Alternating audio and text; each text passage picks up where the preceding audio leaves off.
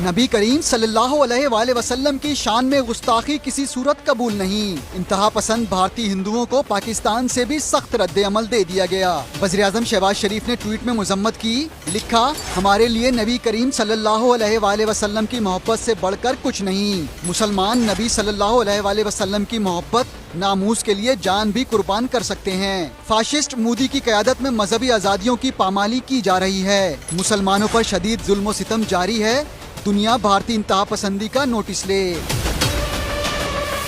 صدر مملکت عارف علوی نے ٹویٹ میں لکھا، بی جے پی ارکان نے دنیا کے مسلمانوں کے جذبات مجروح کیے۔ ایسے بیانات انسانی حقوق کے تحفظ کے لیے سنگین خطرہ ہیں۔ عالمی برادری بھارت میں بڑھتے اسلامو فوبیا کا نوٹس لے۔ ترجمان دفتر خارجہ نے بیان میں کہا، بی جے پی رہنماؤں کے گستاخانہ بیان سے دنیا بھر کے مسلمانوں کے جذبات کو ٹھیس پہنچی ہے۔ بی جے پی رہنماؤں کے خلاف کارروائی سے مسلمانوں کے درد کو دور نہیں کیا جا سکتا۔ بھارتی مسلمانوں کا غصہ فرقہ وارانہ تشدد اس کی گواہی دیتا ہے۔